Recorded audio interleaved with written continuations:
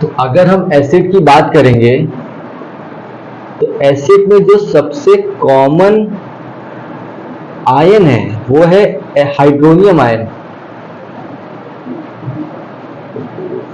है ना। तो जो इसकी डेफिनेशन है वो डेफिनेशन इसी आयन को लेकर है ना, जो क्या है H3O प्लस आयन, है ना। तो मतलब ये होगी कोई भी एसिड, है ना, कोई भी एसिड जब मान लो रिएक्ट हो रहा है या डिसॉल्व हो रहा है वाटर में, तो इसका मतलब कि वो H3O प्लस आयन फॉर्म करेगा, है ना। और H3O और H2O में कॉमन देखो क्या चीज बढ़ गया, H ना बढ़ गया। तो जो H प्लस है ये भी हाइड्रोनियम आयन समझ लो है। तो एक तरीके से एसिड ने क्या किया, एसिड ने H प्लस आयन वाटर को दे दिया ना।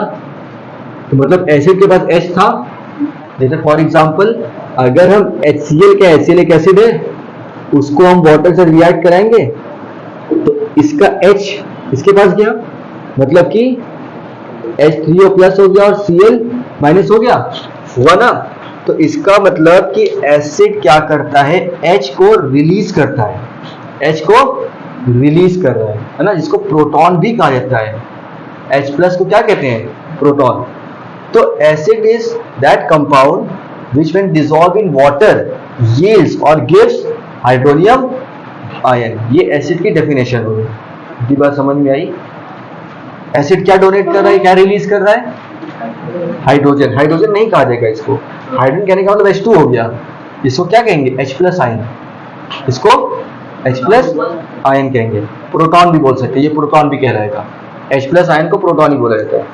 तो ये होगी एक एसिड की डेफिनेशन। बात समझ में आई कि नहीं समझ में आई। एसिड क्या है, एक ऐसा कंपाउंड जो रिएक्ट हो रहा है। तो देखो ध्यान से देखो, तो HCl क्या हो रहा है, HCl डिसोसिएट हो रहा है ना, या फिर कहा जाए ब्रेक डाउन हो रहा है। किसमें ब्रेक डाउन हुआ, H प्लस और Cl माइनस में। Cl माइनस वैसे लिख दिया गया और H प्लस क्या वाटर के साथ कंबाइन हो गया और क्या बना लिया, H3O प्लस आया। बात समझ में आई, एसिड की डेफिनेशन समझ में आई। एसिड क्या है बताओ श्रेम, इसमें से देख के बताओ, बोर्ड पे लिख नहीं दिया, उसमें से बताओ।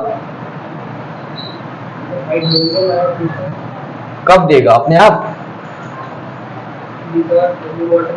तो अच्छे से बताओ, बेटर हिस्ट्री थोड़ा बहुत पढ़ा देंगे, लेकिन ये पढ़ना जरूरी है।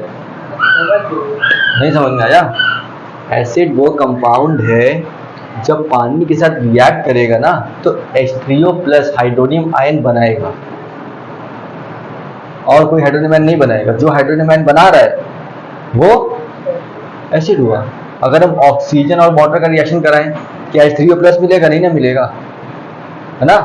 तो एसिड वो चीज है जो when dissolved in water gives H3O plus ion.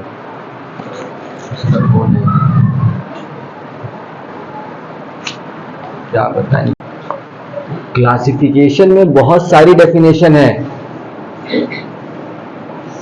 ना। क्लासिफिकेशन में सबसे पहला चीज हम लोग पढ़ेंगे सोर्स। एक सोर्स से किया जाता है, दूसरा किया जाता है उसको क्लासिफिकेशन ऑफ कॉन्सेंट्रेशन से, है ना। सोर्स और कॉन्सेंट्रेशन पहले समझ लो। सोर्स मतलब क्या होगा, उसकी सोर्स मतलब वो चीज कहां से मिलेगा, है ना। तो सोर्स के क्लासिफिकेशन में दो तरीके का होता है, एक होता है ऑर्गेनिक और एक होता है इनऑर्गेनिक। हाँ कहाँ लिखा है, वो उसका टेस्ट लिखा है, कहते वो नहीं बता रहे। सोर्स हो गया मतलब कि वो कहां से ऑब्टेन्ड होगा, ऑर्गेनिक एंड इनऑर्गेनिक। फर्क क्या हुआ, अगर हम अभी यहाँ पे किसी का पेट फाड़ के उसमें से एसिड निकालें, कौन सी एसिड निकलेगी, HCl निकलेगी ना, निकलेगी HCl। तो HCl किस में से निकल रही है, ऑर्गेनिक। ऑर्गेनिक मतलब कि लिविंग, है ना। तो जो एसिड ऑब्टेन्ड हो एक समझ लो लिविंग बॉडी से, ऑर्गेनिक बॉडी से, उसको ऑर्गेनिक एसिड कहा जाएगा, है ना। और inorganic acid are those acids which can be obtained from, कहां से निकलेगी, नॉन लिविंग से। एग्जांपल हाँ, ज्वालामुखी फटेगा, उसके अंदर से क्या पता निकल जाए, रॉक्स के अंदर रहेगी ना सब जगह, तो वो सब क्या हो जाएगी, इनऑर्गेनिक एसिड। ऑर्गेनिक इनऑर्गेनिक समझ में आया, उसका सोर्स की वो कहाँ से ऑब्टेन्ड हो रही है। दूसरा, कॉन्सेंट्रेशन के बेसिस पे तुम लोग लैब में देखे होंगे, कॉन्क H2SO4 डाइल्यूट H2SO4 लिखा रहता है। तो इसका मतलब कि जो एसिड क्या करता है, एसिड को वाटर के साथ मिक्स करके मिक्सचर बना के रखा जाएगा, उसको मिक्स कर दिया जाएगा, है ना। तो अगर हम एसिड को ज्यादा रखें और वाटर को कम रखें, या फिर उल्टा कर दें, अगर एसिड को कम रखें और वाटर को ज्यादा कर दें, दो कंडीशन है ना हमारे पास, दोनों को इक्वल नहीं रखना है। तो अगर एसिड ज्यादा है, वाटर का कॉन्सेंट्रेशन कम है, तो वो क्या रहेगी, कॉन्सेंट्रेटेड एसिड।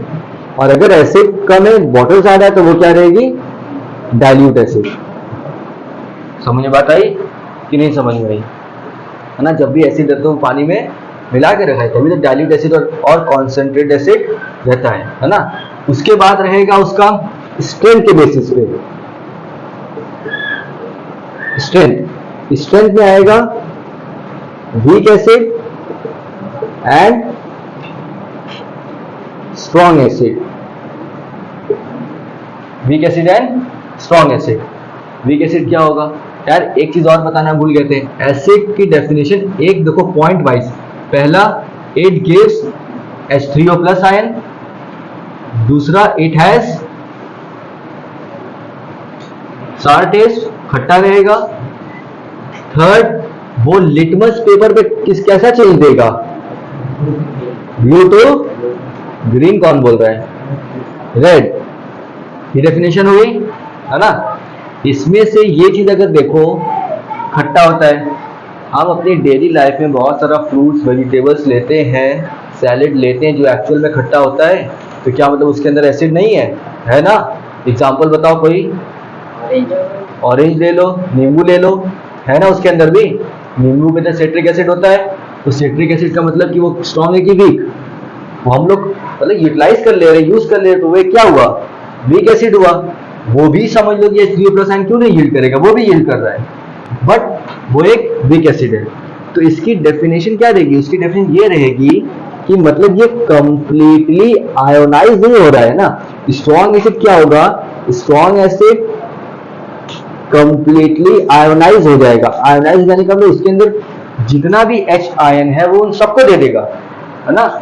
लेकिन वीक एसिड क्या रहेगा, वो इनकम्प्लीट आयोनाइज होगा, वो परफेक्टली आयोनाइज नहीं होगा। इसका एग्जांपल देखो, रिएक्शन कैसे लिखेंगे, अगर हम लोग HCl को डिसोसिएट करेंगे, ब्रेक डाउन करेंगे, तो वो H प्लस पूरा अलग हो जाएगा और Cl माइनस पूरा अलग, है ना। तो ये हो गया 100% डिसोसिएशन एक तरीके से, है ना। लेकिन अगर हम लोग CH3COOH को डिसोसिएट करेंगे, तो इसमें देखो ये वाला एरो बनाते हैं, क्यों, क्योंकि परफेक्टली डिसोसिएट नहीं होगा। CH3COO minus plus H plus, indirectly ऐसे समझ लो कि H प्लस तो निकला, लेकिन अभी भी इसमें H था ना, तो पूरा H नहीं ना निकला। बात समझ में आई, क्लासिफिकेशन समझ में आया कि नहीं समझ में आया। हाँ, एक हो गया सोर्स ऑर्गेनिक इनऑर्गेनिक, ऑर्गेनिक में जो लिविंग में मिले, इनऑर्गेनिक जो मिनरल्स पत्थर्स वगैरह में मिले, है ना। कॉन्सेंट्रेशन पे कॉन्क H2SO4 मतलब कि पानी कॉन्सेंट्रेशन कम रहेगा, एसिड का कॉन्सेंट्रेशन ज्यादा रहेगा। दूसरा, डाइल्यूट H2SO4 रहे, डाइल्यूट HCl रहे, डाइल्यूट अमोनिया HNO3 रहे, नाइट्रिक एसिड रहे, तो इसमें H2O पानी ज्यादा रहेगा और एसिड कम रहेगा। उसके बाद है उसका स्ट्रेंथ, स्ट्रेंथ पे weak acid and strong acid. तो वीक एसिड में इनकम्प्लीट आयोनाइज, पूरा कंप्लीटली आयोनाइज नहीं होगा। इसको बुक में लिखा है, उसने ICSE में अल्फा से डोनेट किया है। अल्फा होता है degree of dissociation, degree of dissociation, है ना। तो जिसका अल्फा मतलब degree of dissociation greater than 30% होगा, तो उसको स्ट्रॉन्ग एसिड बोला जाएगा, है ना। और जिसका degree of dissociation less than 30% होगा, उसको वीक एसिड बोला जाएगा। बात समझ में आई कि नहीं समझ में आई, है ना। इतना सब कुछ समझ में आ गया। उसके बाद एसिड को लेकर गए हैं उसकी बेसिसिटी पे, है ना, उसकी बेसिसिटी पे मतलब कि कितना H निकालेगा, है ना। फॉर एग्जांपल देखो, ये A हो गया, B हो गया, C हो गया एंड D, है ना। On the basis of on the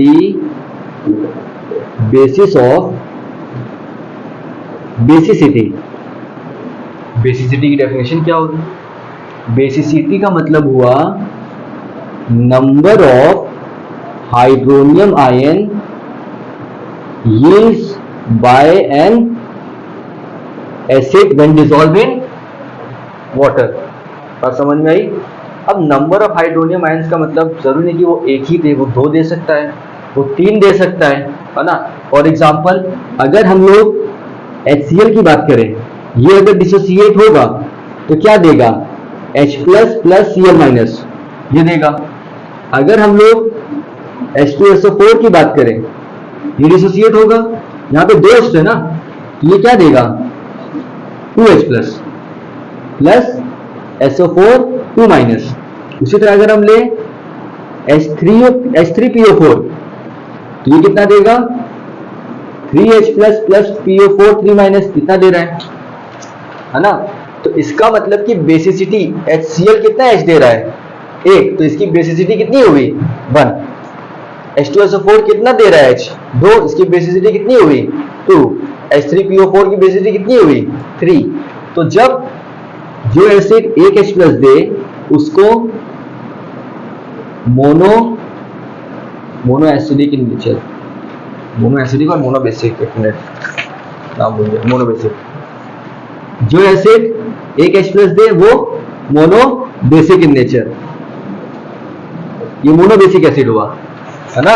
और जो 2 देगा वो क्या नाम रहेगा? डाई बेसिक, और जो 3 देगा वो ट्राई बेसिक, और जो 4 दिया तब पॉली बेसिक। जो 4 देगा वो क्या हो जाएगा? पॉली बेसिक हो जाएगा। अब बताओ इतना कुछ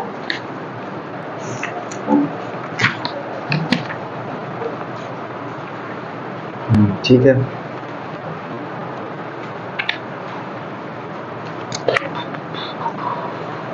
एसिड के बारे में इतना सब कुछ हो गया। क्या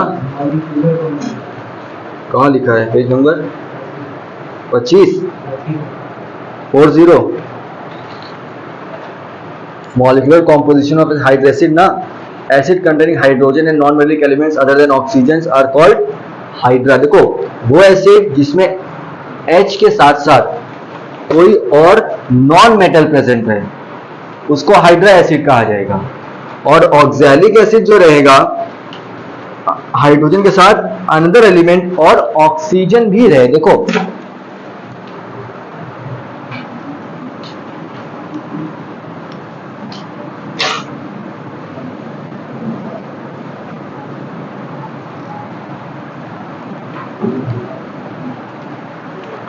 अब है हाइड्रा एसिड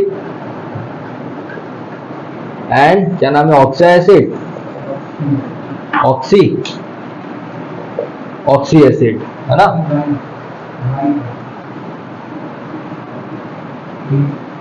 सही है। हाइड्रा एसिड में देखो ठीक है, एसिड वर्ड आया है तो H का तो रहना जरूरी है। इसके साथ कोई और कंपाउंड है, मतलब कोई और एलिमेंट है, और वो एलिमेंट क्या रहेगा? एक नॉन मेटल है ना, एक नॉन मेटल। HCl H रहना ही है, क्लोरीन क्या है? नॉन मेटल है ना, क्लोरीन नॉन मेटल है। और समझ में आई? फिर उसके बाद ऑक्सी एसिड मतलब कि उसमें H के साथ O भी रहेगा, फिर साथ में कोई और रहेगा है ना। कोई भी हो सकता है, N भी हो सकता है। अगर हम एग्जांपल लेके HNO3, अगर हम इसमें एग्जांपल लिखें HNO3 है ना, तो हाइड्रोजन का रहना कंपोजिशन एसिड हो रही है। ऑक्सीजन वर्ड आया तो मतलब कि ऑक्सी हो गया, लेकिन साथ में ये भी क्या? एक नॉन मेटल है। आया समझ में? NaOH एसिड ही नहीं है, बेस हो गया ना वो। तो हम एसिड की बात हो रही है अभी, उस पर क्यों जा रहे हो? मॉलिक्यूलर कॉम्पोजिशन ऑफ एसिड में खाली हाइड्रा एसिड ऑक्सीजन खाली इतनी एक्सप्लेन कर रहे हैं। समझ में इतनी बात आई? मोनो बेसिक समझ में आया, डाई बेसिक समझ में आया, ट्राई बेसिक समझ में आया। क्या होता है ट्राई बेसिक? जिसमें 3 क्या हो? 3 नहीं, 3 हाइड्रोनियम आयन देगा वाटर से रिएक्ट करने पर, ऐसे कहा जाएगा। जरूरी नहीं कि तुम्हारे पास सपोज करो कि 3 रोटी तुम 3 दे ही दोगे, कुछ खाओगे कि नहीं अपने, तो 3 देना वो अलग बात, तुम 3 रखना अलग बात होगी, 3 देना ज्यादा बात हुई ना। अब उसके बाद हम लोग preparation of acid and acid पढ़ा जाएगा बेसिकली। अब यहां से जितना भी केमिकल इक्वेशन है ना, तो देखो जो मेन क्वेश्चन बनता है ना, वो जितना ये सब डेफिनेशन थी उससे कुछ नहीं बनेगा, मेन उनके केमिकल प्रॉपर्टीज केमिकल इक्वेशन से बनेगा, है ना। अगर हम लोग अब इन दोनों में रिलेशन, है ना, अगर हम एक वीक एसिड को चूज करें, है ना, CH3COOH, ये क्या है, एक वीक एसिड है ना। अगर इसको बहुत ज्यादा रख रहे हैं और पानी को बहुत कम रख रहे हैं, तो इस कैटेगरी में कौन सा हुआ, कॉन्सेंट्रेट हो गया। मतलब कि ये पूरी चीज हमारी हो गई एक कॉन्सेंट्रेटेड एसिड। ऑल दो हम देख रहे हैं कि एसिड का कॉन्सेंट्रेशन पानी से बहुत ज्यादा है, फिर भी एक वीक एसिड ही रहेगा, है ना। मतलब अगर हम वीक एसिड में पानी मिला दिए तो हम ये नहीं समझेंगे कि वो भले बहुत ज्यादा ये एसिड रखा गया, इसको कम रखा गया, फिर भी वो क्या रहेगा, वीक एसिड ही रहेगा। अगर हम HCl ले रहे हैं, HCl कम लिए हैं, H2O ज्यादा लिए हैं, ये एक सॉल्यूशन बन गया जो कि एक स्ट्रॉन्ग एसिड है। ऑल दो ये डाइल्यूट है ना, बट फिर भी ये क्या रहेगा, स्ट्रॉन्ग एसिड ही रहेगा, है ना। पानी के मिला देने से, पानी के कम ढेर होने से उसकी वीकनेस और उसकी स्ट्रेंथ नहीं कर चेंज हो जाएगी, है ना।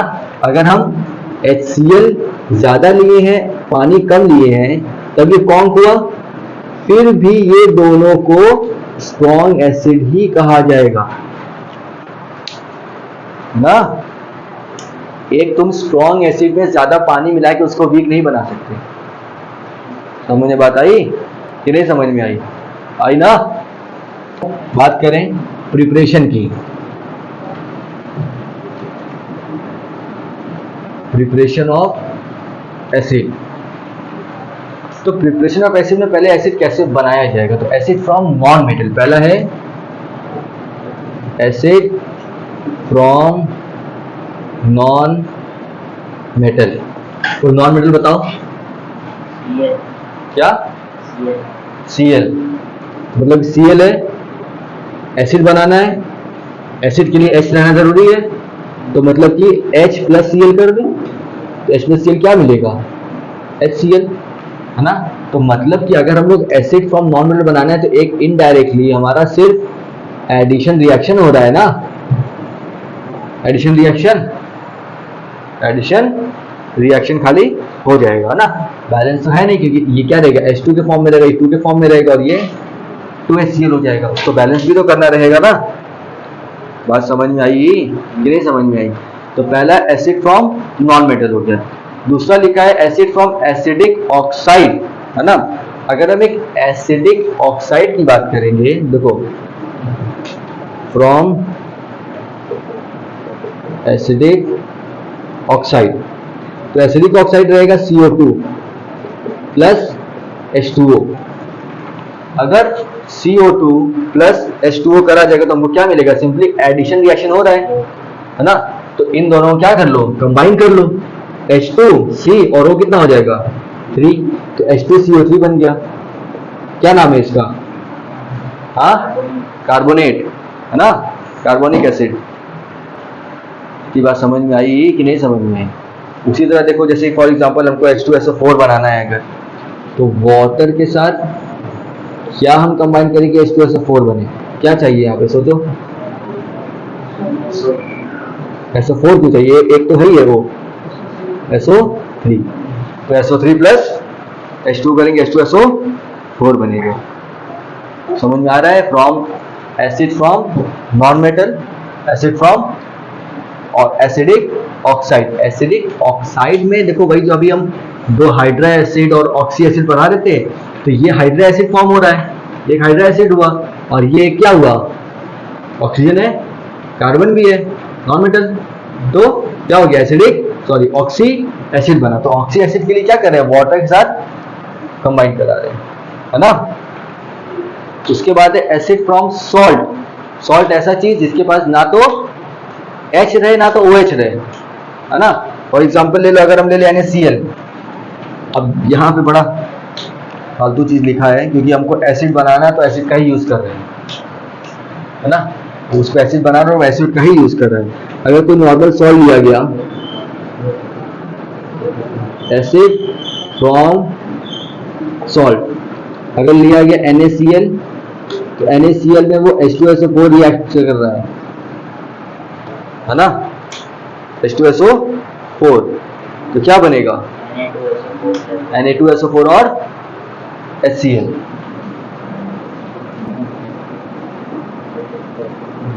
ये रिएक्शन हुआ, क्या बैलेंस है? नहीं बैलेंस है। Na2 Na1, यहाँ पे 2 लगा दें, 2 क्लोरीन हो गया, यहाँ पे 2 लगाना पड़ेगा, 2 क्लोरीन हो गया, बैलेंस हो गया सब। लेकिन एक और रिएक्शन इसका है, NaCl प्लस H2SO4 वो देगा NaHSO4 प्लस HCl। दोनों में फर्क क्या हुआ, ऐसा क्यों? पहला भी हो रहा है, दूसरा भी हो रहा है। फर्क क्या है? टेम्परेचर का, है ना। ये जो पर्टिकुलर रिएक्शन होगा ऊपर वाला, वो बिलो 200 डिग्री सेल्सियस होगा, और अगर हम टेम्परेचर को एक्सीड कर देंगे अबव 200 डिग्री सेल्सियस तो ये रिएक्शन होगा। और ये रिएक्शन देखो पहले से बैलेंस है, इसमें कोई बैलेंस नहीं करना। समझ में आ रहा है इतना कि नहीं आ रहा है ना? बोलो, इतना आ रहा है समझ में? ये सब देखो रटने वाला है, बिना रटे कुछ नहीं होने वाला है। ऐसा मत समझिए वो कंप्लीट द फॉलोइंग रिएक्शन करके दे देगा। ये पूरा चीज को खाली सेंटेंस में लिख दिया इस तरह कि what name the product form when NaCl नहीं लिखा रहेगा, उसका पूरा नाम भी sodium chloride react with sulphuric acid. हाँ, अबव बिलो लिखा रहेगा। अगर अबव बिलो कुछ नहीं लिखा है तो ऊपर वाला कर देना, कोई भी कर सकते हो। ये लिखा है अबव 200 डिग्री सेल्सियस, तो ये पूरा लिखा जाएगा। समझ में बात आई? तो ये क्वेश्चन ऐसे भी रह सकता है, name the acid form when H2SO4 is react with NaCl। बस वन वर्ड क्वेश्चन, रिएक्शन नहीं लिखना है, खाली नेम द एसिड फॉर्म। तो क्या रहेगा? HCl खाली आंसर रहेगा। समझ में बात आई, है ना। उसके बाद acid by oxidation of non metals.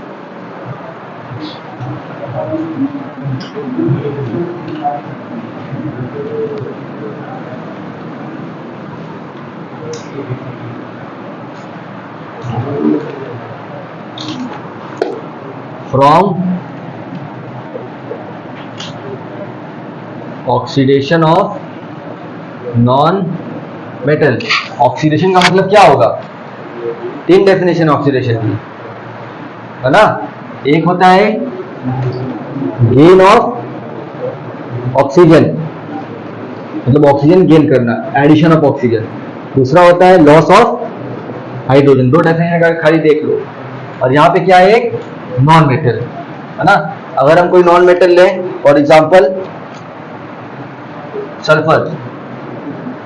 Sulphur plus, है ना, यहाँ पे ले रहा है HNO3,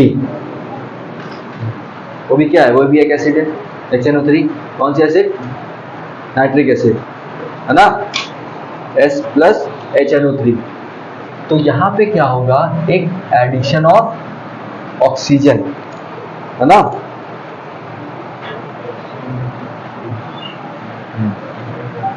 ये रिएक्शन हो जाएगा तुम्हारा H2SO4 plus NO2 plus H2। Balance formula को पढ़ना है, chemical properties of acid. Chemical properties का मतलब कि एसिड रिएक्शन करके क्या क्या चीज बनाएगा, है ना। रिएक्शन कर करके क्या क्या चीज बनाएगा। तो सबसे पहला है एसिड प्लस बेस, सबसे सिंपल और सबसे ज्यादा यूजफुल। एसिड प्लस बेस क्या देगा? बताओ, बहुत रिएक्शन याद की है। Acid plus base equals to salt plus water. इसको क्या बोला जाता है? ये एक क्या है? न्यूट्रलाइजेशन रिएक्शन, इसको पूरा न्यूट्रलाइजेशन रिएक्शन कहा जाता है ना। क्योंकि एक एसिड ले लो, मान लो HCl एक एसिड है, बेस ले लिया गया NaOH, क्या मिला सॉल्ट, क्योंकि देखो वाटर मिल रहा है, इसका H और इसका OH दोनों कंबाइन हो गया, H2 हो गया, O हो गया, तो क्या फॉर्म कर लिया, एक H2O फॉर्म कर लिया और Na और Cl जुड़ गया, क्या फॉर्म किया NaCl, है ना। कोई सा भी जब भी एसिड और बेस लिया जाएगा तो यही रिएक्शन होने वाला है। इसको अगर चेंज कर दिया जाए, यहाँ पे H2SO4 ले लिए और NaOH ले लिए, तो H और OH फॉर्म कर लेगा, क्या बनाया H2O बना लिया। उसको पहचानो हाँ कि ये एक एसिड है, ये एक बेस है, तो एसिड प्लस बेस और सॉल्ट एंड वाटर मिलना है, तो वाटर लिख दिया गया, बचा क्या किया Na और SO4, तो NaSO4 को कैसे लिखा जाए, क्या कंपाउंड फॉर्म करता है Na2SO4, H यहाँ पे PO, ये वो बेस है ना, बेस NaOH रहता है। नहीं वहाँ पे H2O लिखा ना, H3O नहीं होगा, पानी ना बन रहा है, पानी में 3 कहाँ से आएगा, पानी 2 ना रहता है। और रिएक्शन देखो, अगर हम लोग H2SO4 और CaOH होल ट्वाइस लिया गया है ना, फिर वही रिएक्शन होगा, H और OH है ना, और ये कंबाइन कर लेगा। समझ में आ रही बात कि नहीं है। तो ये क्या है, एक न्यूट्रलाइजेशन रिएक्शन है। तो क्या है, जैसे फॉर एग्जांपल जब जैसे पेट में बहुत गैस बनने लगती है, हम लोग जैसे कि ऐड देखोगे इनो का कि एसिडिटी बढ़ गई है ना। एसिडिटी वर्ड रिलेटेड एसिड से नहीं बल्कि बेस से। एसिड के पास बेसिसिटी होती है और बेस के पास एसिडिटी होती है। तो अगर एसिडिटी बहुत बढ़ गया मतलब कि बेस बढ़ गया, तो हमको इसको न्यूट्रलाइज करना है, तो डॉक्टर हमको क्या प्रिस्क्राइब करेगा, एसिड, है ना। तो एसिड प्रिस्क्राइब किया तो हमको सॉल्ट एंड वाटर फॉर्म हुआ, तो हमको रिलीफ मिला। समझ में आई बात कि नहीं समझ में आई। अगर कोई चीज़ तुम्हें कोई हड्डा वगैरह स्टिंग काट ले, तो इसका मतलब कि वो एक एसिड ड्रॉप करता है, एसिड की वजह से इचिंग आती है।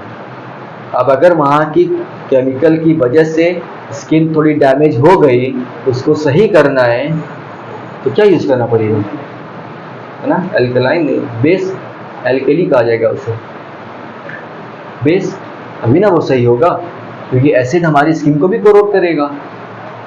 बात समझ में आई कि नहीं समझ में आई। तो पहला रिएक्शन क्या है, न्यूट्रलाइजेशन रिएक्शन, है ना। अब उसके बाद है एसिड का रिएक्शन विद मेटल। देखो, रिएक्शन विद मेटल, कोई मेटल का नाम बताओ अमान, खतरनाक बता दिए यार, ठीक है। Na ले लिया गया, प्लस कोई एसिड बताओ, बस जो ऊपर दिख रहा है वही बताओगे, HCl हो गया, क्या फॉर्म करेगा। क्वेश्चन यही है कि when name the gas evolve when an acid react with active metal या ओनली मेटल। कौन सी गैस निकल सकती है, हाइड्रोजन निकल सकती है ना। तो इसका मतलब ये H2 फॉर्म हुआ, तो और क्या फॉर्म करेगा, NaCl। तो मतलब कि whenever an active metal react with acid, it forms, क्या है ये, NaCl क्या है, salt, salt with evolution of hydrogen gas, और H2 में ये एरो बनाएंगे क्योंकि वो गैस है ना, हो जाएगी। एक्टिव मेटल का समझ में आया। कोई और ले लो, मान लो हम लोग मैग्नीशियम ले रहे हैं, मैग्नीशियम प्लस H2SO4, है ना, वही रिएक्शन हुआ। एक तरीके से इनडायरेक्टली देखो, इस पर्टिकुलर में क्या हो रहा है, डिस्प्लेसमेंट रिएक्शन हो रहा है, डिस्प्लेस कर रहा है। Mg गया वहां पे और H2 को वहां से रिप्लेस कर दिया, है ना। तो क्या फॉर्म किया, MgSO4 प्लस H2, है ना। और अगर इस पर्टिकुलर में देखो तो इसमें क्या चल रहा है, डबल डिस्प्लेसमेंट रिएक्शन चल रहा है ना। यहाँ पे क्या चल रहा है, इस वाले में डबल डिस्प्लेसमेंट रिएक्शन। अब ये न्यूट्रलाइजेशन रिएक्शन नहीं है। कौन सा? ये नीचे वाला नहीं है न्यूट्रलाइजेशन, वो अलग से। टू नहीं हुआ ये, उसको न्यूट्रलाइजेशन कहा गया है। ये रिएक्शन किस तरीके का होता है, वो डबल डिस्प्लेसमेंट, एक दूसरे की जगह को हटा रहे हैं। क्लोरीन वहां से जाके OH को हटा के उसकी जगह ले लिया, तो इनडायरेक्टली OH यहाँ पे आके क्लोरीन की भी जगह लिया है, तो डबल डिस्प्लेसमेंट हुआ, एक दूसरे को डिस्प्लेस कर रहे हैं ना। समझ में आया? रिएक्शन समझ में आ रहा है कैसे हो रहा है? एसिड बेस समझ में आया, रिएक्शन विद मेटल समझ में आया। तो इस पर वन वर्ड क्वेश्चन आ सकता है, नेम द गैस इवॉल्व, है ना, when an acid react with metal भी लिखा रहेगा या एक्टिव मेटल लिखा रहेगा, क्योंकि ग्रुप 1 ग्रुप 2 के एक्टिव मेटल्स कहा जाता है ना। 2 हो गया। उसके बाद है reaction with acid plus salt ले रहे हैं ना, तो वो भी हमको एक सपोज करो कि नया सॉल्ट और एसिड ही देगा, सॉल्ट प्लस एसिड। अगर कोई एसिड ले लिया गया NaCl and H2SO4, NaCl plus H2SO4, तो डबल डिस्प्लेसमेंट रिएक्शन चलेगा। Na किसी का चला जाएगा SO4 के साथ, और Cl किसने जाएगा, H2O, है ना। तो क्या फॉर्म हुआ, Na2SO4 प्लस HCl। बैलेंस नहीं है, बैलेंस कर लो, ये है बैलेंस। यहाँ 2 लगेगा 2Cl हो जाएगा, यहाँ 2 लगेगा, सब क्या हो गया, बैलेंस हो गया, है ना। तो ये पर्टिकुलर रिएक्शन जो हो रहा है वो अबव बिलो 200 डिग्री सेल्सियस, अभी रिएक्शन लिखे थे वही रिएक्शन है ना। जो फॉर्मेशन ऑफ एसिड था, यही चीज देखो, ये चीज तुम्हारे पास केमिकल प्रॉपर्टीज में भी मिल गया, है ना, और यही सेम चीज तुम्हारे पास फॉर्मेशन ऑफ या प्रिपरेशन, फॉर्मेशन नहीं, प्रिपरेशन ऑफ एसिड में भी था, है ना।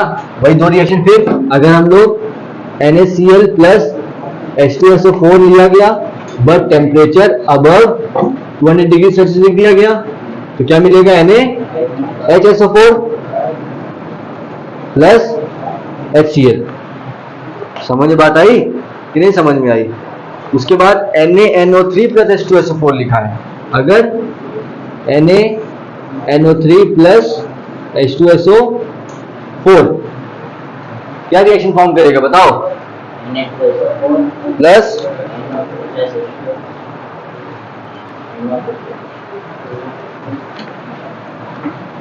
एक रिएक्शन भाई, अगर अबव बिलो देखा जाएगा, अगर हम अबव जा रहे हैं तो NaHSO4, Na और HSO4 इसका ले लिया, एक ही ने H लिया, NaNO3 भी तो है, NO3 भी तो जाएगा, तो उसमें से क्या लेगा, H को, तो क्या फॉर्म करेगा, HNO3। समझ में कुछ बात आ रही है? ये रिएक्शन जितना भी है इसको रटना बहुत ज्यादा जरूरी है। हाँ, बिलो में वहां पे Na2 आ जाएगा H की जगह। अगर बिलो लोगे ना तो बिलो में Na2 आता है, अबव लेंगे तो Na के साथ H आता है।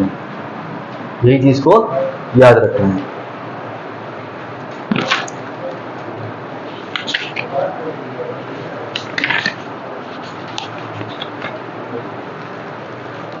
इतना सबको समझ में आया कि नहीं आया?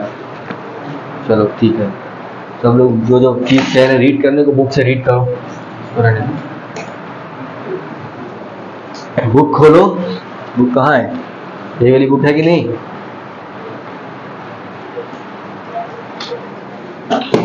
सबसे पहले बैठ के सब लोग रीड करो, 8:30 में छुट्टी देंगे। 8 बजे देंगे, नहीं होगी अभी नहीं हो रही, क्या पता होने लगी दिक्कत हो जाएगी। क्या पता 8:30 बजे ना हो, क्या पता हो जाए ना हो तो।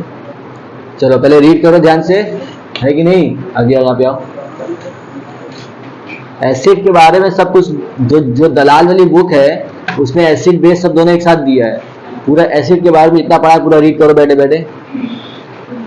इसके बाद दलाल वाली बुक है, पेज नंबर 30, एसिड वाले चैप्टर में 1 2 3 4 सब कुछ एकदम केमिकल प्रॉपर्टीज वगैरह सब कुछ अच्छे से पढ़ो, यहाँ से रीड करो। सिर्फ एसिड के बारे में पढ़ना, बेस के बारे में नहीं, एल्कलीज के बारे में नहीं। यहाँ पे एसिड के बारे में, ये एसिड के बारे में, ये बेस के बारे में नहीं पढ़ना है। ये एसिड है, ये एसिड है, ये बेस नहीं पढ़ना है ना। ध्यान से रीड करो चलो।